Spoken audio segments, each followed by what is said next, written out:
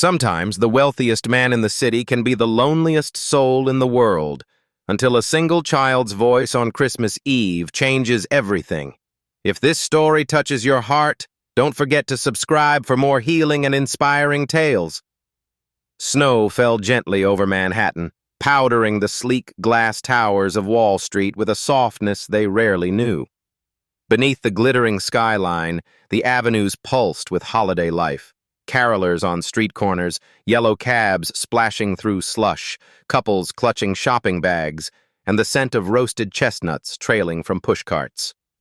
Richard Bennett barely noticed any of it. At 42, Richard was a man whose name carried weight in every boardroom from New York to Tokyo. His investment firm managed billions. His penthouse on the Upper East Side commanded a sweeping view of Central Park. And the financial press called him the man who turned risk into gold.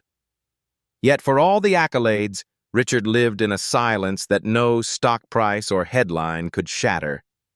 This was his fourth Christmas alone since Emily, his wife, had died in childbirth. The night she slipped away in the operating room, their newborn son with her, Richard's world had collapsed into a cavern of marble and glass. He buried his grief in work, letting the tick of the market replace the rhythm of family life. On Christmas Eve, long after his staff had left for their families, Richard remained in his corner office high above Wall Street, staring at spreadsheets that no longer needed his attention. When the clock neared midnight, he closed his laptop, buttoned his cashmere overcoat, and stepped into the biting cold. The city seemed louder at night, but to Richard, it was only an echo chamber of absence.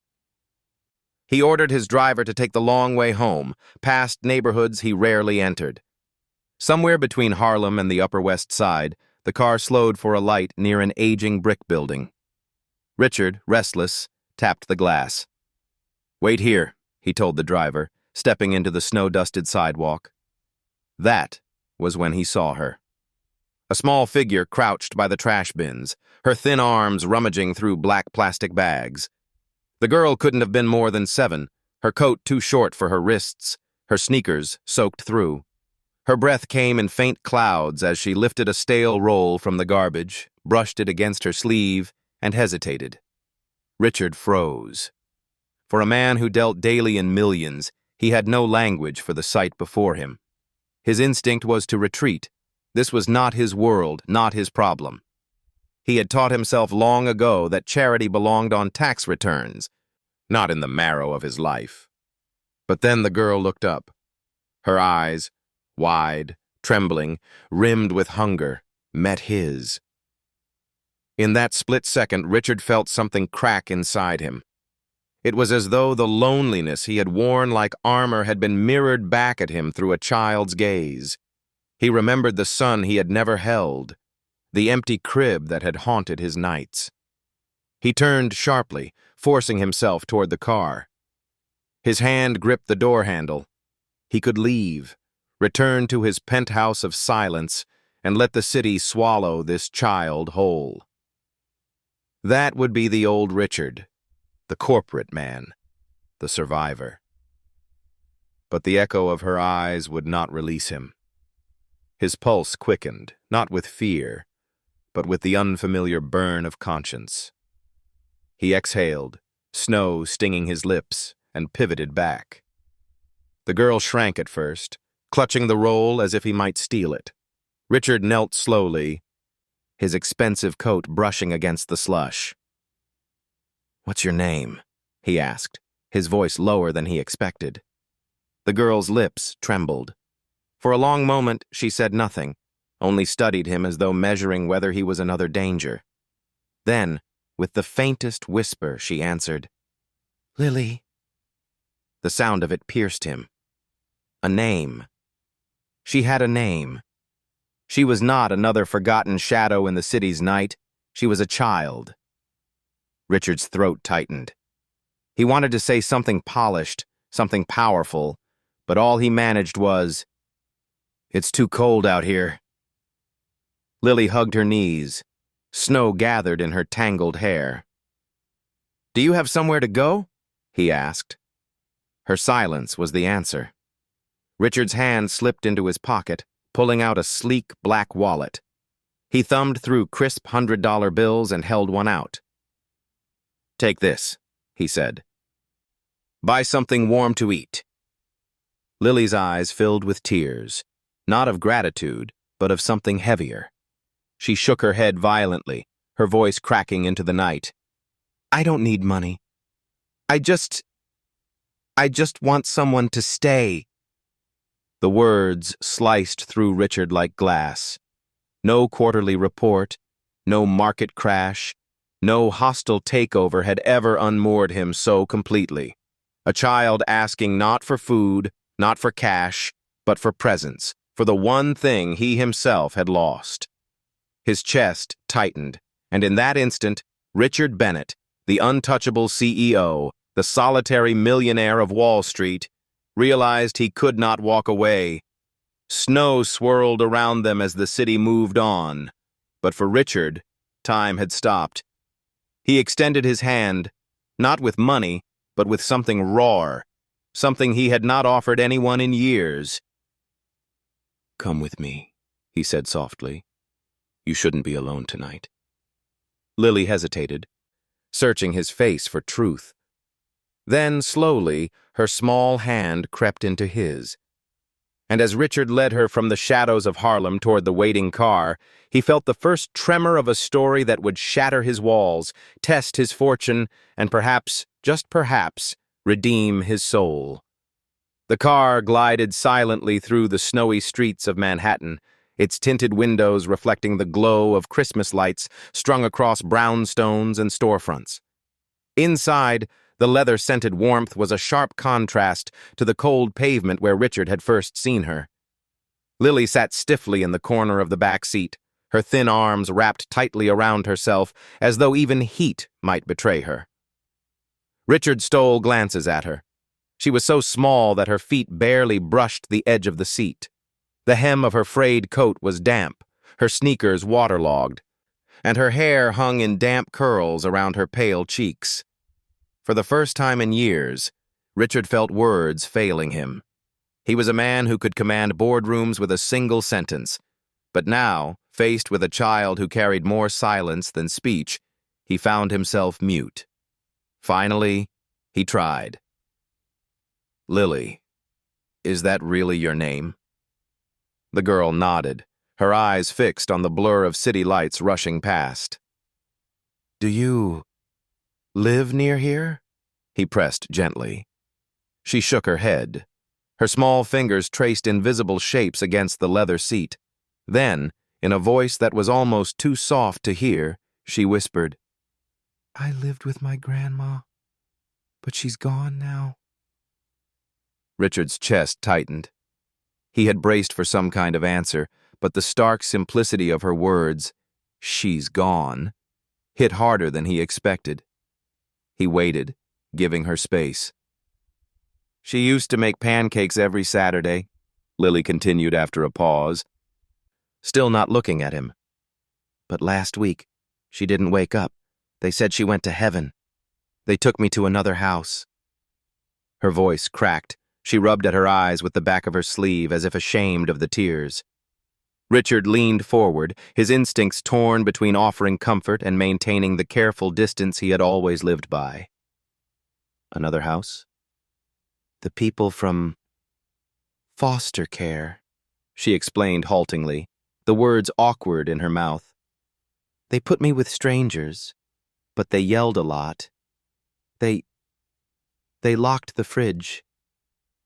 I was so hungry." She looked down at her lap. "So I ran away. I don't want to go back." The air in the car thickened.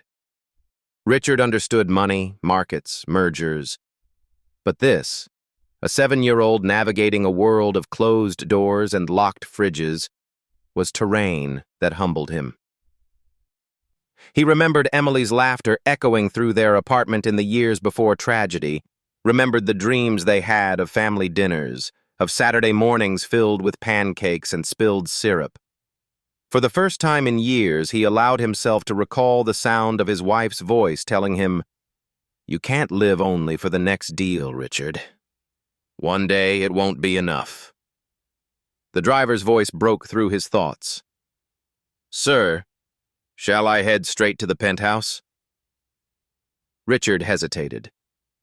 Bringing this girl into his glass fortress on the Upper East Side felt reckless, even absurd. But the alternative, handing her back to a system that had already failed her, was unbearable. Yes, he said firmly. Take us home. The penthouse, with its floor-to-ceiling windows overlooking Central Park, had never seemed so cavernous. The sleek Italian furniture gleamed beneath recessed lighting, every surface spotless, every corner echoing with absence. Richard guided Lily inside, watching her reaction. Her eyes widened at the sight of the open living room, the marble kitchen counters, the sprawling view of the city glittering below. But instead of awe, there was a flicker of wariness, like a stray animal in a gilded cage. She hugged herself tighter, edging toward the glass wall as though needing an escape route. You're safe here, Richard said awkwardly. He motioned toward the kitchen. Are you hungry? She nodded, almost imperceptibly. He rummaged through his rarely used cabinets, pulling out a carton of broth and some vegetables left by his housekeeper. Soon, the rich scent of soup filled the kitchen. Lily sat at the counter, her head resting on her arms, watching every movement as though the act of someone cooking for her was a marvel. When he set the bowl before her, steam rising, she whispered, "Thank you," and began to eat with a quiet desperation that twisted his heart. Richard sat across from her, uncharacteristically unsure of himself. He wanted to ask questions, but each answer seemed to chip away at his carefully walled existence. Finally, he asked, "Do you remember your mother?" Lily's spoon stilled. She stared into the soup as though it held secrets. "She left when I was little. Grandma said she couldn't handle things. I used to wait by the window for her, but she never came back." The words struck Richard with uncanny force. Waiting by the window. He remembered pacing the hospital corridor, waiting for news that never came, waiting for a cry that never filled the room. In Lily's quiet pain, he saw his own reflection. She pushed the empty bowl toward him, her eyes drooping with exhaustion. "I'm sorry," she murmured, as though apologizing for existing. Richard cleared his throat, fighting the lump that rose there. "Don't be sorry," he said gently. "You've done nothing wrong." He found a small guest room, unused, the sheets still crisp from the housekeeper's last visit. But when he suggested she sleep there, Lily shook her head, panic flickering in her eyes. "Too big," she whispered. "Too empty." Richard hesitated, then led her back to the living room. He retrieved one of his soft cotton shirts, far too large for her, and handed it over. "You can use this for tonight." She changed behind the bathroom door and emerged swimming in the shirt, the hem falling almost to her ankles. Richard offered a faint smile. "Looks better on you than it ever did on me." For the first time, Lily's lips twitched upward, a shadow of a smile. He settled her on the leather sofa, tucking a blanket around her small frame. She clutched the fabric as though it were armor. Within minutes, her breathing deepened, her lashes fluttering against her cheeks. Richard stood there, watching. The city glittered beyond the windows, a kaleidoscope of lights and wealth, but none of it seemed to matter. In his penthouse of glass, he had lived for years without realizing how empty it was. And now, with one child asleep on his sofa, the silence had changed. It was no longer the silence of loneliness. It was the fragile hush of possibility. He lingered, his hand brushing the back of the sofa, an unfamiliar ache swelling in his chest. For the first time in a long time, Richard Bennett felt the cold edges of his life soften. The dawn crept slowly over Manhattan, bleeding pale gold into the night sky. From the 39th floor of Richard Bennett's penthouse, the city below shimmered like a kingdom of fireflies, indifferent to the private lives unfolding within its towers. Richard stood before the massive glass wall that stretched across his living room, a mug of black coffee cooling in his hand. Behind him, the faint sound of breathing came from the sofa. Lily was curled beneath the blanket he had tucked around her hours before, her tiny body rising and falling with fragile rhythm. The apartment had always been immaculate. Italian leather couches, marble floors, chrome fixtures that gleamed like ice. Designed by a famous architect, it was the kind of space meant for entertaining donors, investors, or political leaders. Yet, as Richard studied it now, it struck him as something else. A mausoleum of success. Cold, silent, empty. Until last night, he had never noticed how echoing the place was. Every footstep bounced back at him. Every glass of wine poured in solitude rang louder than it should. But now, with a child asleep on the sofa, the silence felt different, less oppressive, almost tender, like a wound finally acknowledged. He turned, watching Lily shift in her sleep, her small hand tightening around the hem of the oversized shirt she wore. It was his shirt, a symbol of improvisation, of unpreparedness. He was not a father. He was a financier. His world was deals, not children. And yet here she was, breathing softly in the center of his carefully controlled universe. Richard inhaled deeply, the weight of responsibility settling on him. What was he doing? Bringing her here, even just for one night, was reckless. There would be consequences, legal, professional, personal. His assistant Monica would have 1,000 arguments. The Department of Children and Families would not tolerate it. And yet, when he considered taking her back to foster care, a chill cut through him more sharply than the December air. He remembered the tremor in her voice when she said she didn't need money, only someone to stay. That sentence had lodged itself in his chest like a nail. The scent of coffee drifted toward the sofa. Lily stirred, her lashes fluttering open. For a moment she looked startled, as though unsure whether she was safe. But then her gaze landed on Richard. Her shoulders eased slightly. "Good morning," Richard said softly. She sat up, clutching the blanket. "It's morning already?" He nodded, setting his coffee down. "You must be hungry." Within an hour, the kitchen counter was filled with things he had barely touched in months. Cereal, toast, eggs his housekeeper had stocked. Richard fumbled awkwardly with the frying pan, cracking an egg with more force than intended.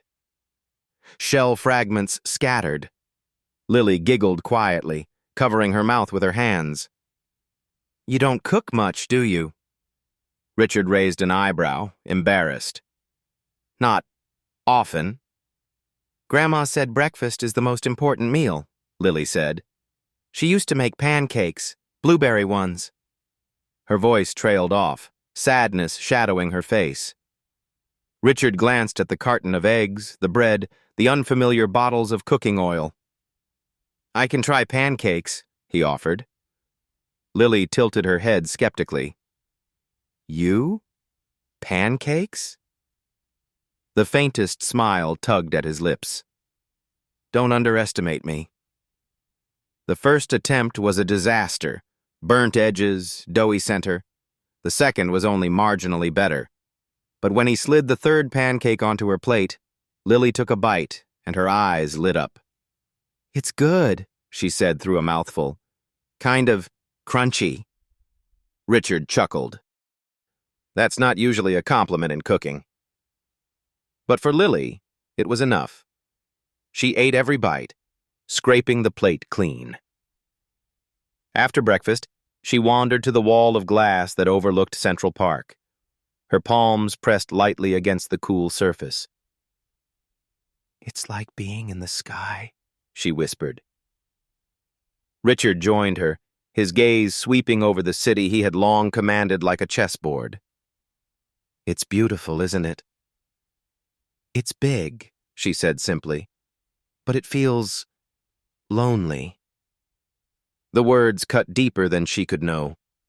He studied her reflection in the glass, a small girl in an oversized shirt, hair tangled, eyes older than her years. And next to her, his own reflection, tall, immaculately dressed, but carrying hollowness in his eyes.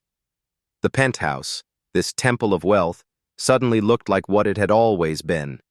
Glass walls that kept the world out and himself in. "Do you always live here? By yourself?" Lily asked, her voice almost timid. "Yes," he answered truthfully. She frowned. "Don't you get sad?" Richard hesitated. He could have given her the easy lie, that work filled the emptiness, that loneliness didn't matter to men like him. But the truth pressed heavier. "Yes," he said finally. "I do." For a moment, neither spoke. The city roared silently beneath them, cabs honking, people hurrying, lives colliding, but up here, it was just the two of them. Later that morning, Richard tried to distract Lily with the amenities of the penthouse. The private library with shelves of leather-bound volumes. The entertainment room with its giant screen and surround sound. The sleek guest room with silk sheets and hand-woven rugs. But Lily resisted. She peeked into each room like a visitor at a museum, then retreated back to the living room. "It's too big," she said again, curling back onto the sofa. Richard sat across from her, hands steepled beneath his chin. He realized then what no wealth could disguise. Grandeur was meaningless to a child who craved belonging more than luxury. As the day wore on, he found himself improvising in ways that startled him. He helped her wash up, showed her how the smart lighting worked, and even unearthed a deck of cards tucked in a drawer. They played Go Fish at the marble kitchen island. Lily giggled when she won, her laughter bouncing off the glass walls like sunlight in a cavern. And yet, beneath the lightness, Richard saw her fear. When thunder rumbled faintly that afternoon, Lily jumped, eyes wide. Later, he caught her slipping rolls into the pocket of her coat as though preparing for famine. At nightfall, when the city lit up again, he noticed her crying softly into the blanket. He wanted to say something, anything that could mend it. But what words could erase years of abandonment? What promise could outweigh the betrayals already carved into her young life? That evening, as Lily drifted to sleep again on the sofa, Richard poured himself a glass of scotch and stood by the glass wall. He gazed out at the city lights shimmering like constellations, then down at the child who now occupied his home. For decades, his life had been measured in numbers, profits, losses, percentages, deals closed. But as he watched Lily's small frame beneath the blanket, he realized he had stumbled into a new kind of equation, one with no clear formula. And for the first time in years, Richard Bennett, the man of glass, the untouchable CEO, felt the possibility of change. The winter sun barely cleared the skyline when Richard's phone began to vibrate on the kitchen counter. Its polished screen lit up with reminders, emails, and a calendar that pulsed with urgency. Tokyo negotiation, 500 million investment contract. Richard pinched the bridge of his nose. For weeks, his team had prepared for this deal. It was the kind of agreement that cemented legacies, a $500 million partnership that could place Bennett Capital in the top tier of global firms. His board expected him in the conference room at 9 sharp. His presence wasn't optional. It was destiny. Yet across the living room, curled on the leather sofa, lay a complication he had never planned for. Lily stirred under the blanket, blinking awake. Her hair was a messy halo around her face, her eyes still heavy from sleep. She sat up slowly, clutching the oversized shirt to her knees. "Morning," she whispered. Richard managed a smile. "Morning, Lily." She looked around the gleaming penthouse as though confirming it hadn't disappeared overnight. Then her gaze fixed on him, You're leaving, aren't you? The words stopped him cold. Children had a way of piercing through pretense, straight to the marrow of truth. I have work, he said carefully. A meeting. Her shoulders sagged. She tried to mask it by adjusting the blanket, but her small fingers tightened around the fabric. It's okay, she murmured. I'm used to people leaving. The knife of guilt twisted in his chest. He wanted to argue, to insist it was different, but the evidence of her life and his own patterns stood against him. He had left people before. He had left himself before. The intercom buzzed. Monica's voice crackled through. Mr. Bennett, the car is downstairs. The board is already gathering. Richard hesitated, staring at the cityscape beyond the glass wall. Responsibility warred with instinct, duty with conscience. For decades, he had been the corporate man, decisive, strategic, unshaken. Yet in the span of 24 hours, a child had tilted his axis. He turned back toward the sofa. Lily's eyes, fragile but watchful, met his. He saw not defiance, but resignation, the quiet expectation of abandonment. Something inside him snapped. No, he whispered, more to himself than anyone. Then louder. No, I won't. He pressed the intercom button, his voice sharp. Tell the board I'll be late. A stunned pause. Then Monica, ever precise. Sir, with respect, that is impossible. This is Tokyo. $500 million. You cannot delay. Richard's jaw clenched. For years, Monica had been his right hand, the guardian of his schedule, the enforcer of his empire. She was right, on paper. But paper wasn't breathing, trembling, staring at him with eyes too old for 7 years. She stays with me tonight, Richard said firmly. His voice carried a weight he hadn't heard in himself for years. And tomorrow, and as long as it takes.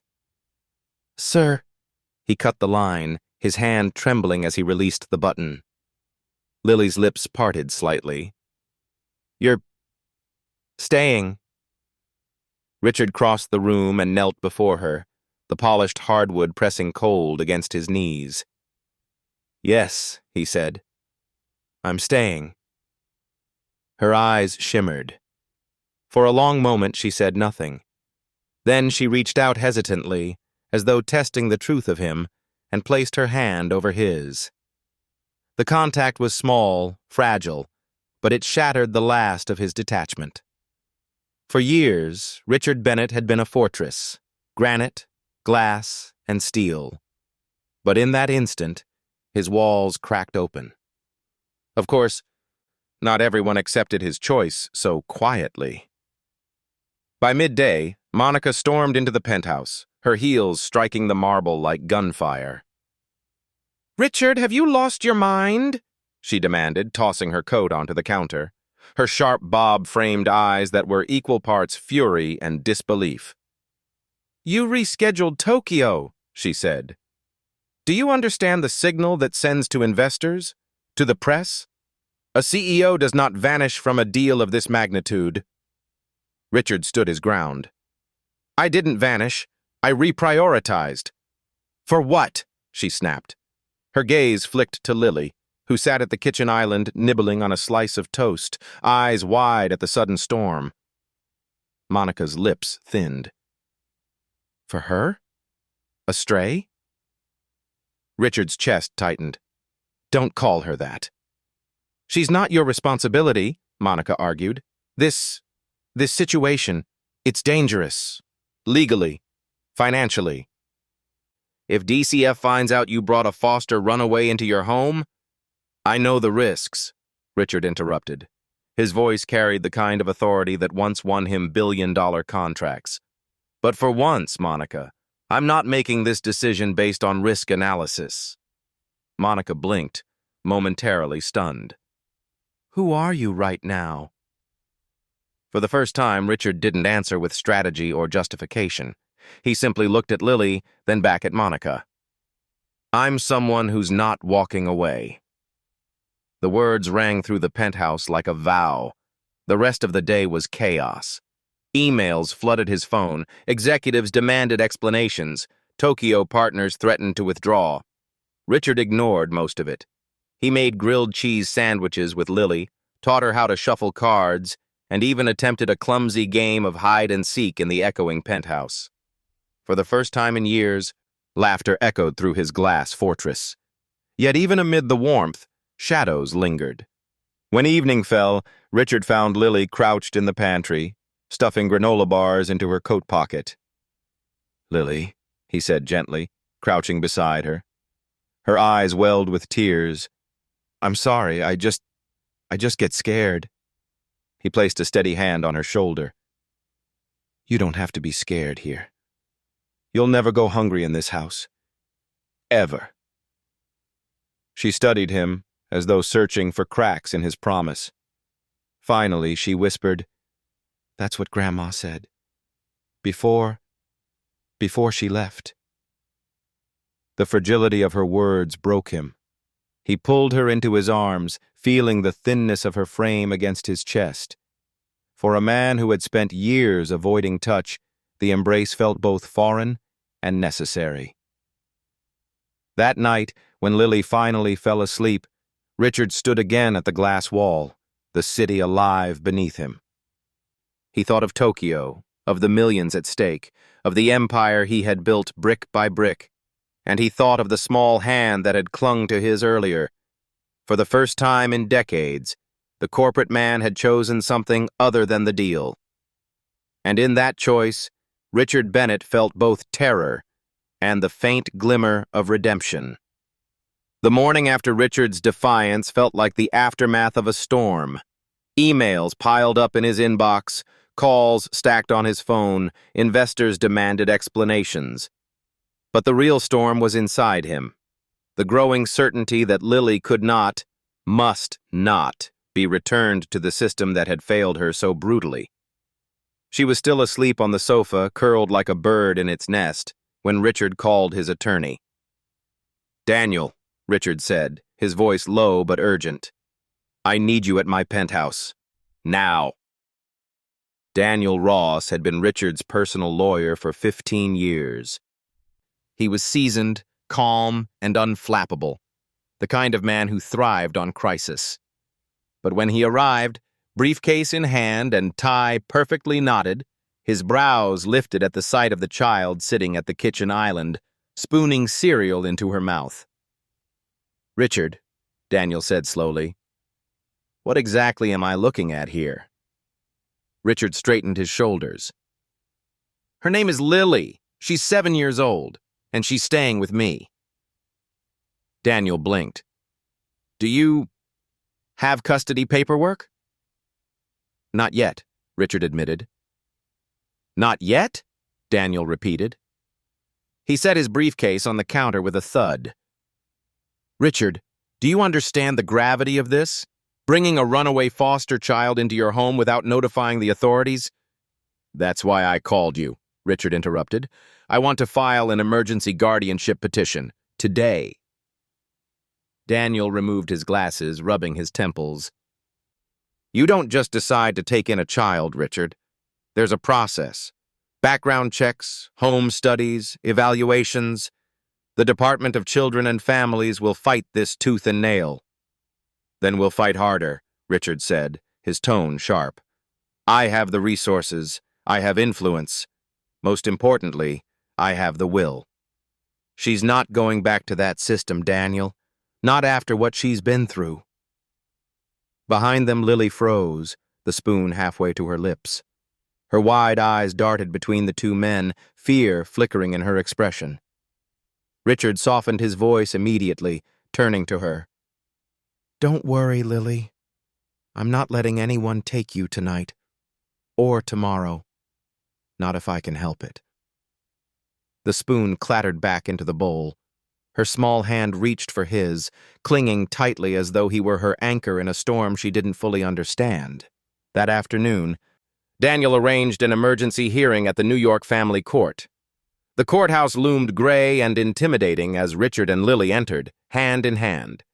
She wore one of his crisp dress shirts belted at the waist with a scarf, her small frame swallowed in fabric. But she walked with quiet determination, clutching his hand like a lifeline. Inside the waiting area, the hum of other cases echoed around them: custody disputes, neglect hearings, the endless machinery of family law. Richard had faced hostile shareholders and cutthroat rivals, but this was different. This wasn't about empire. This was about one child. A social worker approached, her tone clipped but not unkind. "Mr. Bennett, I'm Angela from DCF. Until this hearing is concluded, the child should return to foster care." Richard's jaw tightened. "No," he said simply. Angela's eyes hardened. "With respect, you don't get to decide that. You are not her guardian. You are not even on record as a foster applicant. You are a stranger who took her into your home." "I am the man who found her digging through garbage on Christmas Eve," Richard shot back. His voice echoed, heads turning. "And I'm the man standing here now, making sure she never has to do that again." Angela frowned, but before she could reply, a bailiff called their case. The courtroom was small, almost claustrophobic, with wood-paneled walls and fluorescent lighting that buzzed faintly. The judge, a silver-haired woman with sharp eyes, looked down at the file in front of her. "Mr. Bennett," she began, her tone formal, "you are petitioning for emergency guardianship of a minor who was placed in the custody of the state after the death of her grandmother. Do you understand the legal implications of this?" "I do, Your Honor," Richard said, his voice steady. The DCF representative spoke next. "Your Honor, while we respect Mr. Bennett's intentions, the department cannot condone a private citizen circumventing established protocol. The child must be returned to foster care pending a full evaluation." The judge turned to Richard. "Mr. Bennett, what is your response?" Richard rose to his full height, buttoning his suit jacket. He spoke not as a CEO, but as a man who had rediscovered his humanity. "Your Honor, I built a fortune making calculated decisions, but some things can't be calculated. When I found Lily, she wasn't just hungry, she was invisible, forgotten. If I walk away now, I'm no better than the system that abandoned her. I'm asking for 30 days. 30 days to prove that I can give her safety, stability, and the one thing she's never had: someone who stays." The courtroom was silent. Even the fluorescent buzz seemed to fade. The judge studied him, her eyes narrowing, then glanced at Lily. The child sat small in her oversized shirt, legs dangling from the bench. But when the judge asked, "Lily, do you feel safe with Mr. Bennett?" the little girl's voice rang clear. "Yes," she said. "He didn't leave. Everyone else did. But he didn't." A ripple of emotion swept through the courtroom. The judge leaned back in her chair, exhaling slowly. "Mr. Bennett, against standard protocol, I am granting you temporary custody for 30 days. But understand this. Social workers will evaluate. Therapists will report. If you fail, she returns to the state. Do you accept these terms?" Richard's answer was immediate. "I do." The gavel struck. The sound echoed like thunder in Richard's chest. That evening, when they returned to the penthouse, Lily clutched the temporary order like it was a treasure map. "So, I can stay?" she asked. Richard crouched down, looking her squarely in the eye. "Yes, you can stay." Her arms wrapped around his neck with startling force. Richard closed his eyes, inhaling the faint scent of her hair, and for the first time in years, felt a piece of his soul unlock. It was only 30 days, but for Richard Bennett, it felt like the beginning of forever. The week that followed tested Richard Bennett in ways he had never imagined. For decades, his days had been an unbroken sequence of precision. Mornings that began with a workout and the Wall Street Journal, afternoons consumed by markets and meetings, evenings punctuated by contracts signed over dimly lit tables in Midtown. There was a rhythm to it, a machine-like cadence that left no room for uncertainty. But now, with a 7-year-old girl in his care, the machinery of his life had cracked. Every rule, every schedule, every boundary that once defined him was suddenly at war with the reality of fatherhood he had stumbled into. On Monday morning, Richard found himself standing at the gates of a prestigious Manhattan preparatory school. His driver waited discreetly nearby while the headmistress greeted them in a navy coat and a string of pearls. "We do not usually admit children mid-year," she said, glancing skeptically at Lily, who clung to Richard's hand like it was the only anchor she had. "But given your name, Mr. Bennett, and the urgency of the circumstances, we are prepared to make an exception." Richard nodded, but his attention was entirely on the child at his side. She wore a neat jumper and blouse Monica had ordered overnight, but her posture betrayed her. She was small and wary, her eyes flickering from one unfamiliar face to another, her hand tightening around his. He bent to her ear. "It's only a few hours. I'll be here when you come out. You have my word." Lily studied him as though measuring the weight of that promise. Then she released his hand reluctantly and allowed herself to be guided through the heavy wooden doors. Richard stood rooted long after she disappeared from view. For the first time in years, he could not bring himself to return to the office. Instead, he sat in the back of the Bentley for hours, his laptop open but ignored, his eyes trained on the gates. He rescheduled 2 calls, missed 1 European meeting, and ignored Monica's mounting texts. At 3 o'clock sharp, when Lily emerged with her backpack slung awkwardly over her shoulder, he felt an almost ridiculous wave of relief. Inside the car, she sat quietly for several minutes before whispering, "They asked me where my parents are. I didn't know what to say." Richard swallowed hard. "You tell them you're with me," he said carefully. His voice caught on the last word, and for the first time in years, the pronoun felt like something more than grammar. Life inside the penthouse shifted. Richard filled the kitchen with boxes of cereal, cartons of milk, snacks he had never touched before. He showed Lily how the smart lighting worked, ordered a small desk for her to draw at, even had the piano in the study tuned because she once mentioned her grandmother loved music. He moved through these acts awkwardly but determinedly, as though constructing a new architecture around her presence.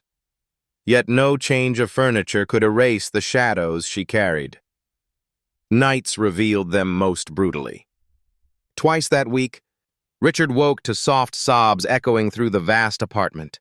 He followed the sound to find Lily crouched in the corner of her room, wrapped in a blanket, her small body shaking. "I dreamed I was back there," she whispered when he reached her. "At that house. They locked me in the dark when I cried."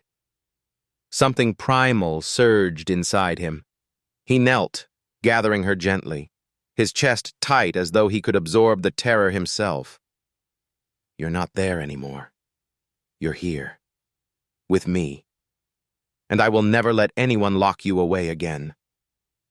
She clung to him, trembling, and for hours he stayed in the chair beside her bed until her breathing steadied. By dawn, his suit was wrinkled, his tie loose, his heart irrevocably altered. If the nights were hard, the days brought a different kind of battle. On Thursday, Richard walked into the boardroom at Bennett Capital to a wall of cold faces. 12 directors sat waiting, their expressions sharp as knives. The chairman spoke first. "Richard, Tokyo is restless. They know you missed the first session. They question your reliability." Another executive leaned forward. "The press is circling. Rumors are spreading. You've taken in some runaway child? If this is a publicity stunt, it's reckless. If it's real, it's worse." Richard's voice was even, but edged with steel. "It's not a stunt. It's my life." Murmurs rippled through the room. Before anyone could respond further, the double doors swung open. Lily stood in the threshold, pale and trembling. Her eyes scanned the unfamiliar room until they found him. Then she rushed forward, clutching his arm. "I thought you left," she gasped. "I had a bad dream, and I didn't know where you were." The boardroom fell silent. The titan of Wall Street, known for his iron composure, now sat with a fragile child clinging to him in front of the most powerful people in his company. Richard bent, his voice low but steady. "I told you, Lily. I'm not leaving." A hush settled. In that moment, the mythology of Richard Bennett, the cold, untouchable CEO, crumbled. The board saw not a machine of profit, but a man who had chosen presence over power. And though they said little, the shift in the air was undeniable. By the next morning, the tabloids had their story. Headlines screamed across New York. "Billionaire CEO takes in foster runaway." Guardian angel or calculated PR? Paparazzi crowded the sidewalks outside his building. Cameras flashed whenever he and Lily stepped into the car. Investors called demanding clarification, neighbors whispered in elevators, and journalists framed him as everything from a saint to a scandal. Richard ignored it all, but Lily could not. She grew quieter under the scrutiny, her eyes dropping whenever strangers stared. Twice he caught her hiding food again, slipping granola bars into her sleeves. One evening, crouched in the pantry, she confessed in a whisper, "I just don't know how long I'll be here." His chest ached. He knelt, placing steady hands on her small shoulders. "You'll be here as long as you want. I'm not letting them take you away." "Do you promise?" she asked, her eyes wide with desperate hope. "I promise," he said, and he meant it. On Saturday, Richard took her to Central Park. The ground was blanketed in snow, children sledding down hills, their laughter ringing through the crisp air. At first, Lily hovered at his side, watching nervously. Then a girl her age offered her a sled. Richard watched as Lily hesitated, then climbed on. Moments later, she was flying down the hill, her laughter breaking free like a song she had long forgotten. When she ran back to him, cheeks pink, hair dusted with snow, she threw her arms around his waist. "Did you see me?" she asked breathlessly. "Yes," Richard said, his throat tight. "You were incredible." It was the first time he had used that word in years, and it wasn't about a market victory or a profit margin. It was about a child who had survived against all odds, who now radiated joy in a way that reached into his very marrow. That night, she slept soundly for the first time since coming to him. Richard stood before the glass wall of his penthouse, gazing out at the endless sprawl of Manhattan. Contracts, mergers, empires, all glittered beneath him. But behind him, curled in a blanket on the sofa, lay something infinitely more precious.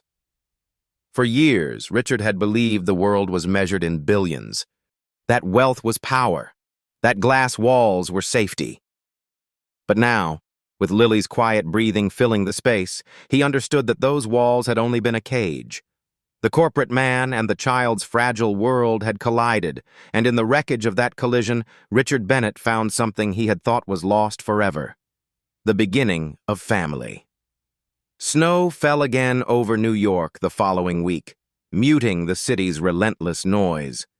For Richard, the days had blurred into something new and unfamiliar, marked less by market swings and financial reports, and more by Lily's laughter echoing down the hall, or her sudden silences that made him pause and wonder what memories she was carrying. He had grown accustomed to waking in the middle of the night to check on her, accustomed to rearranging his schedule around her school hours, accustomed to a rhythm that had nothing to do with profit margins. And though he did not yet fully understand it, his life had shifted on its axis. But shadows of the past lingered, in him as much as in her.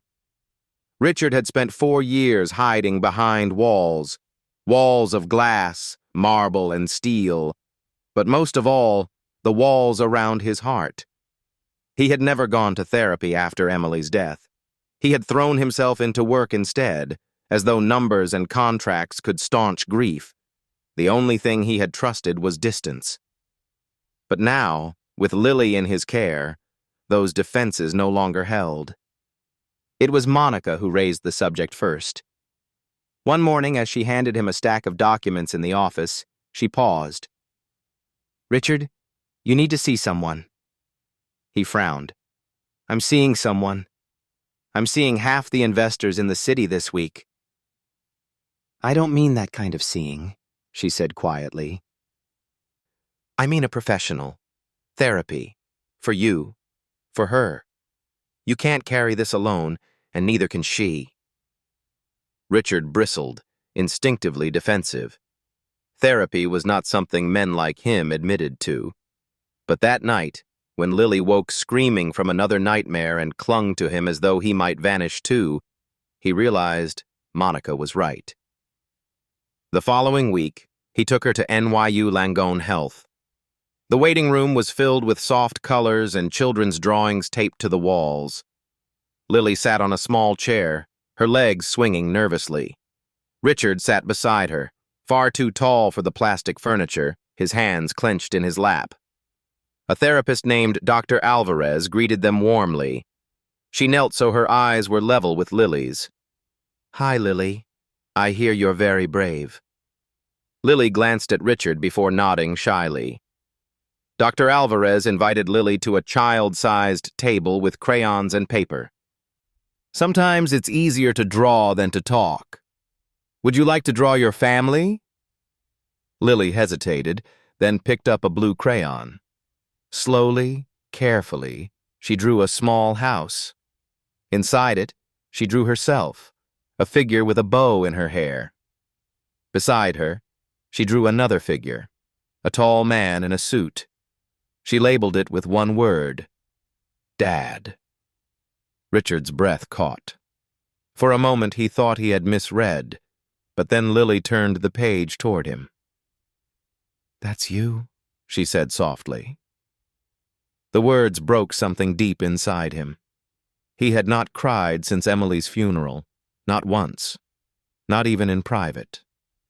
But now, in a child therapy room surrounded by crayons, tears burned his eyes.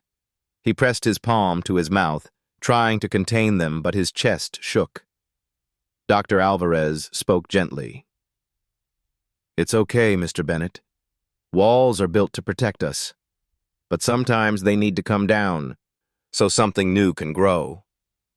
Richard lowered his hand, his vision blurred. He looked at Lily, her small face earnest, and realized he no longer wanted the walls that had defined him. He no longer wanted to live sealed off from grief, from risk, from love. The rest of the session blurred into moments Richard would never forget. Lily talking about pancakes with her grandmother, about the locked fridge in foster care, about the fear that one day Richard would leave too. He sat silently, absorbing every word, every tremor in her voice, vowing to himself that no deal, no headline, no boardroom would ever take precedence over this. When they left the clinic, snow was still falling. Richard held her hand as they walked to the car, but something felt different. The grip between them was no longer just a lifeline for her. It was a lifeline for him, too. That evening, back in the penthouse, Richard looked around at the walls of glass that had once seemed invincible. They no longer felt like fortresses. They felt transparent, fragile, ready to shatter. And for the first time, he welcomed it. Over the next days, Richard made therapy a routine. Lily began attending sessions twice a week. At first, she was cautious, speaking little, but each drawing, each whispered confession opened doors. She drew herself sleeping without fear. She drew pancakes again, and always beside her, the figure labeled Dad. Richard, at Dr. Alvarez's urging, began his own sessions separately. He spoke of Emily, of the baby boy he had lost, of the guilt that had coiled around his life like a chain. He admitted how he had buried himself in work to avoid feeling, how loneliness had become his only constant. And slowly, painfully, he realized that his grief had made him cold, not only to the world, but to himself. One night, after tucking Lily into bed, he stood once again before the city skyline. For years, this had been his ritual, scotch in hand, staring down at the empire below. But now the glass no longer reflected an untouchable figure. It reflected a man who had cracked open, who was rediscovering what it meant to feel. He turned away from the window, walking back toward the sofa where Lily's drawings lay scattered. He picked up the one with the small house, the little girl, and the tall man labeled Dad. His tears blurred the lines again, but this time he let them fall, because the walls that had once shielded him had finally broken. And in their place stood something stronger. Not marble, not steel, not glass, but the fragile, fierce bond between a man and a child who had chosen each other. The 30 days of temporary guardianship passed faster than Richard could have imagined. What had begun as a desperate petition to keep a frightened child from being dragged back into foster care had become something larger, something he could not let go.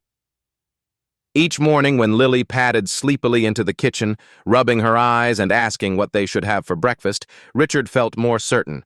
He was not meant to return her. He was meant to keep her, to be her family. But the world around them had sharpened its knives. The tabloids churned out stories daily. Some painted him as a saint, others as a manipulator. One headline read, "Billionaire buys himself a daughter." Another, "Wall Street CEO exploits orphan for image makeover." His rivals in the financial sector whispered to journalists that Bennett Capital was unstable under a distracted leader. His board grumbled about image risks. And through it all, the Department of Children and Families prepared their case. The morning of the final hearing, Richard dressed carefully in a charcoal suit. He had worn variations of the same uniform his entire adult life, but today it felt different. This wasn't armor for a deal. It was armor for a fight. Lily stood beside him in a simple navy dress, her hair brushed back with a clip. She looked small, but her eyes carried an intensity that mirrored his own. When they arrived at the courthouse, cameras flashed like a storm. Journalists shouted questions. "Mr. Bennett, is this adoption just a publicity stunt?" "Lily, do you know who this man really is?" Richard shielded her with his arm and kept walking. Inside, the air was cooler, the marble halls echoing with footsteps. The courtroom was already filled, reporters at the back, attorneys at the front, and the judge seated in the middle, her expression impassive. Richard took his place at the petitioner's table, Daniel Ross at his side. Across from them sat Angela from DCF, flanked by her own attorneys. The judge began briskly. "We are here to determine whether Mr. Richard Bennett is a suitable permanent guardian for the minor, Lily Parker. Counsel for the department may begin." Angela rose. Her voice was steady but pointed. "Your Honor, while we recognize Mr. Bennett's resources, wealth does not equate to parental fitness. Mr. Bennett is a high-profile CEO with extensive international obligations. He has never parented before, never fostered before, and has no family network to support a child. Furthermore, his guardianship has been accompanied by unprecedented media attention, raising concerns that this arrangement is more about publicity than the child's welfare. We respectfully submit that Lily should be placed in a certified foster home where trained caregivers can meet her needs." Whispers rippled through the gallery. Richard sat still, his face unreadable. Daniel stood next.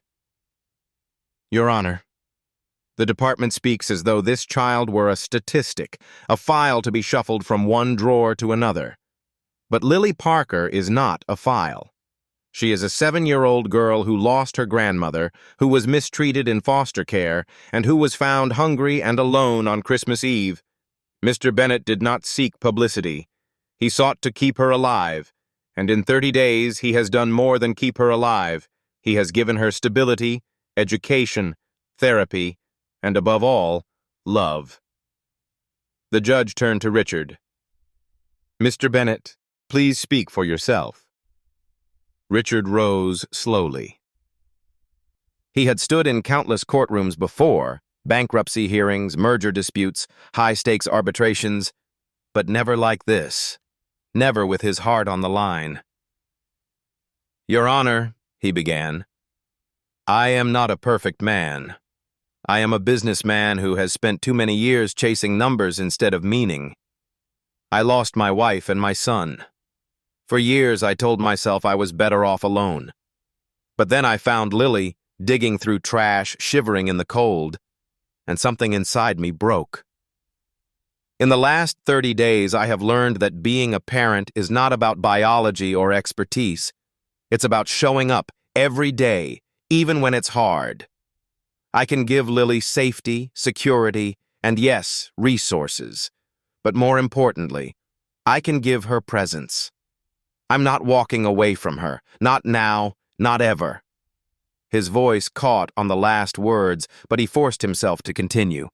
I thought I was saving her. But the truth is, she saved me. She reminded me how to be human again. For a moment, silence hung in the courtroom. Even the reporters paused their frantic scribbling. The judge looked thoughtful, but Angela pressed forward. Your Honor, this is moving, but sentiment cannot replace structure. The department believes this child is being used to rehabilitate Mr. Bennett's public image.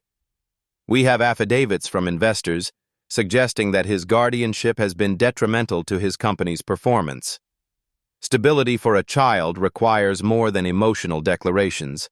It requires a sustainable environment. The judge nodded, then did something unexpected. She looked directly at Lily. Lily, would you like to speak? All eyes turned to the little girl. For a moment, she seemed frozen, her hands twisting in her lap. But then she stood, her small frame dwarfed by the witness stand. She climbed up, adjusted the microphone, and cleared her throat.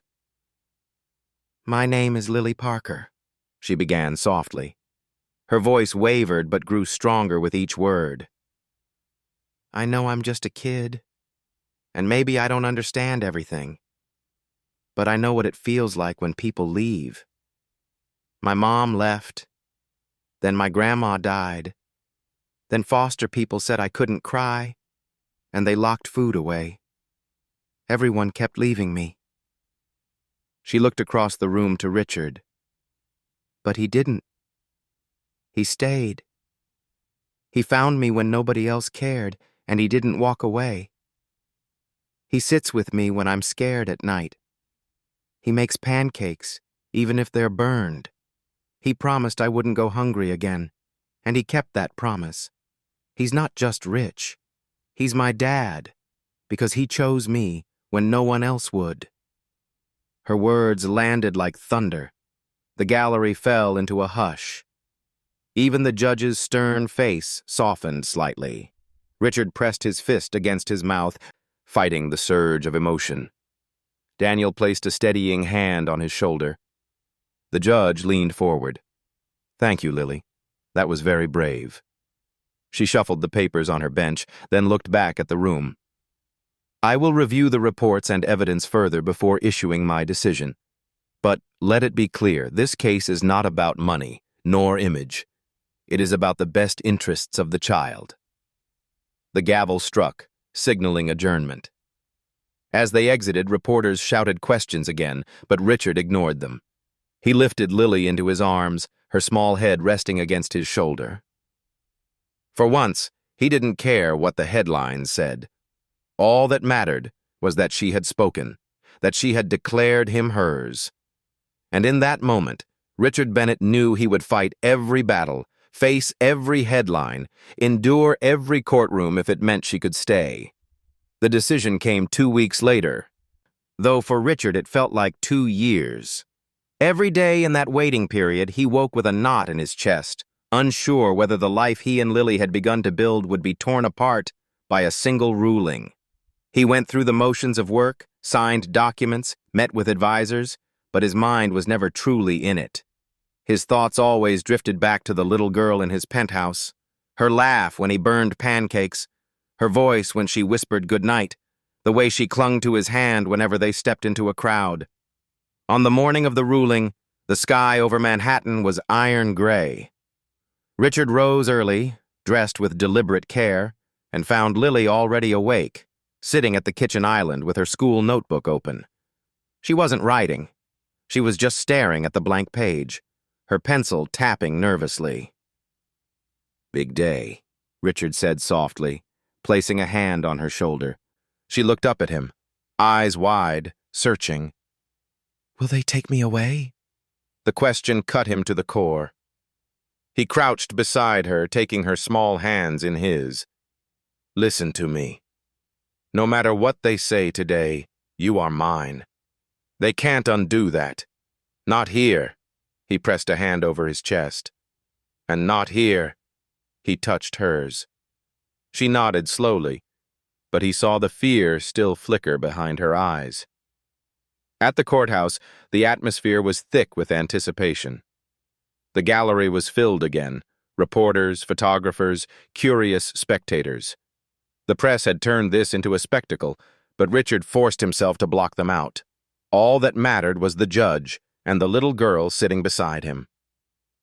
Judge Wallace entered, her black robes sweeping as she took her seat. She shuffled the papers before her, the sound echoing through the chamber.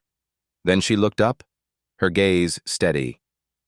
"This court has reviewed the department's objections, the petitioner's statements, the child's testimony, and the reports from social workers, teachers, and therapists. After careful consideration, it is the opinion of this court that the best interests of the child are served by granting permanent adoption to Mr. Richard Bennett." The gavel struck. The sound reverberated through Richard's body like the breaking of chains. He let out a breath he hadn't realized he was holding. He turned immediately to Lily, who sat frozen for a moment, trying to process the words. Then her face lit, a radiant smile breaking across it, and she threw her arms around his neck. "I get to stay?" she whispered, as though afraid it might still be a dream. "Yes," Richard said, his voice thick. He pressed his lips to her hair. "You get to stay. Forever." Applause erupted in the gallery, though the judge quickly banged her gavel for order. Reporters scribbled furiously, cameras clicked, but Richard no longer cared. In that moment, the world narrowed to the child in his arms. As they left the courtroom, flashes blinded them, and microphones thrust forward. "Mr. Bennett, how does it feel? Is this a new chapter for you?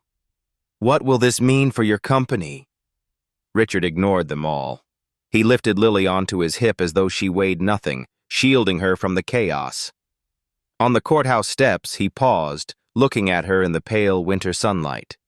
Her cheeks were flushed from the cold, her eyes alive with something he hadn't seen before. Certainty. She was no longer a child waiting to be left behind. She was home.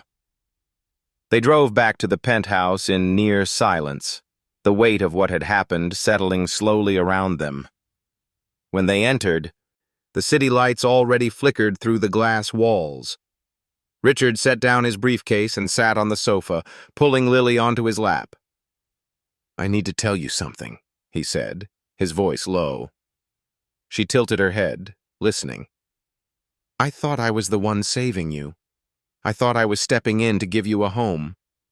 But the truth is—" His voice faltered, and he took a steadying breath. "You saved me. You reminded me that life isn't about buildings or contracts or even success. It's about showing up. You gave me back something I thought I'd lost forever." Her small arms tightened around his neck. "I love you, Dad," she whispered. The words pierced him, not with pain, but with healing. He closed his eyes, tears slipping free. For the first time since Emily's death, he felt whole. Over the next days, the adoption ruling dominated the media. Some outlets praised him as a man of compassion. Others sneered that it was still a publicity stunt. Richard didn't bother defending himself. He no longer needed to prove anything to the world. The only proof that mattered was Lily's laughter in the mornings, her drawings taped to the refrigerator, the way she ran to him at the end of each school day. He began making changes. He delegated more responsibilities at Bennett Capital, something he had never trusted anyone else to do. He left the office early to pick Lily up from school. He accompanied her to therapy sessions, not as a requirement, but as a father. Slowly, deliberately, he dismantled the old fortress of his life. The glass penthouse, once cold and echoing, began to fill with warmth. The smell of pancakes on Saturday mornings, the sound of Lily's piano practice, hesitant but improving, the mess of crayons and paper on the coffee table. It was no longer a mausoleum of wealth. It was a home. One evening, Richard walked into the living room to find Lily asleep on the rug, her head resting on a book, a blanket draped haphazardly over her. He stood for a long time, just watching. The ache that had defined his life for years had not vanished, but it had transformed. Grief had become gratitude. Loneliness had become belonging. For decades, Richard Bennett had been defined by numbers, profits, and power. But now, as he lifted his daughter into his arms and carried her to bed, he knew the truth. His greatest achievement was not his empire. It was this. It was her. The year that followed felt like a lifetime compressed into 12 months. Richard Bennett, once the man who had measured his life in balance sheets and quarterly reports, now measured it in smaller, richer increments. The sound of Lily's laughter when she raced him down the hallway, the warmth of her small hand slipping into his at school pickup, the way she sometimes fell asleep with her head on his chest as he read aloud from her favorite book. By December, Manhattan was once again ablaze with lights. Storefronts glittered with tinsel and ribbon, carolers' voices drifted through the streets, and snow fell gently on the city that had been both Richard's kingdom and his prison. But this Christmas was not like the last. It was not defined by silence, nor by a penthouse echoing with absence. It was defined by belonging. Richard had made choices during the year that stunned those who knew him. He stepped back from Bennett Capital, delegating leadership to trusted executives. The press called it reckless. Some investors whispered of weakness, but Richard didn't care. For the first time in his life, he wasn't chasing the next deal. He was building a life, and part of that life was moving beyond glass and steel. That fall, Richard and Lily had traded the penthouse for a house in Greenwich, Connecticut. It was an old colonial home with creaking wooden floors and a yard where Lily could play. The neighbors waved when they passed, not because of who Richard was on Wall Street, but because of who he was on their street. A father, with a daughter who loved sledding down the hill behind their house. Now, on Christmas Eve, Richard stood in their living room, stringing the last of the lights on a real pine tree. The scent of fresh pine filled the air, mingling with the smell of cookies baking in the oven. Outside, the neighbors' children ran through the snow, their laughter carrying through the frosty night. Inside, the fireplace crackled, and Lily sat cross-legged on the floor, carefully arranging ornaments she had painted herself. "Careful with that one," Richard said, pointing to the ornament shaped like a star. "It looks fragile." Lily grinned. "It's not. I made it strong." She climbed onto the step stool and reached for the highest branch. Richard steadied her, his hand on her back. When she placed the star at the top, she turned and beamed at him. "Perfect," he murmured, his throat tight. Later, after neighbors stopped by with gifts and laughter filled the house, Richard found himself at his desk. He pulled out a sheet of paper and began to write, the scratch of the pen loud in the quiet. It was a letter to Lily, something he had been composing in his mind for months. My dearest Lily, family is not by blood, but by choice. You are my forever choice. I thought I brought you into my life to save you, but the truth is, you saved me. You tore down the walls I built around my heart. You taught me that wealth means nothing if it isn't shared, and that love is not measured in numbers but in presence. This Christmas, our first together as a true family, I want you to know, you are the greatest gift I will ever receive. He set the letter aside, folded neatly, and placed it in an envelope with her name written on the front in careful script. When he returned to the living room, Lily was half asleep on the sofa, curled under a quilt the neighbors had given them. He lifted her gently, carrying her upstairs to her room. She stirred just long enough to whisper, "Merry Christmas, Dad." "Merry Christmas, sweetheart," he whispered back. He tucked her in, smoothing the blanket around her. Standing at the doorway, he watched her breathing steady, her hair spread across the pillow, her face soft with dreams. He thought of that night a year ago, when he had found her in the freezing cold, searching for food among garbage bins. He thought of how close he had come to walking away, how everything might have been lost had he chosen indifference, and he thought of the miracle that he hadn't. Downstairs, the fire had dimmed to embers. Richard poured himself a cup of tea instead of scotch, a quiet change that symbolized how far he had come. He sat by the window, watching the snow drift down over the quiet street. For the first time in years, he did not feel like a man haunted by loss. He felt like a man reborn. Midnight came, and with it, a silence that felt holy. Richard leaned back, closed his eyes, and allowed himself to feel the fullness of the moment.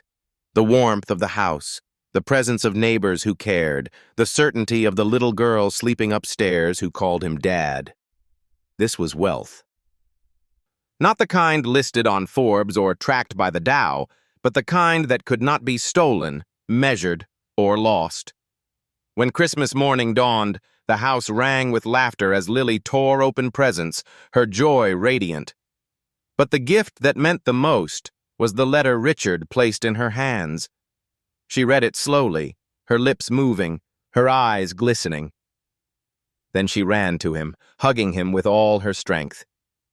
"You're my forever choice too," she whispered. And in that moment, surrounded by the glow of the tree and the light of morning, Richard Bennett understood that his life had come full circle. He had been a man of glass, shattered by loss. But now, with Lily in his arms, he was a man of flesh and heart, whole again.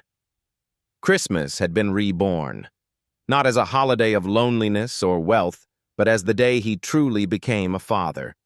In the end, Richard didn't just gain a daughter. He found his heart again. And Lily? She finally found a place where love didn't leave.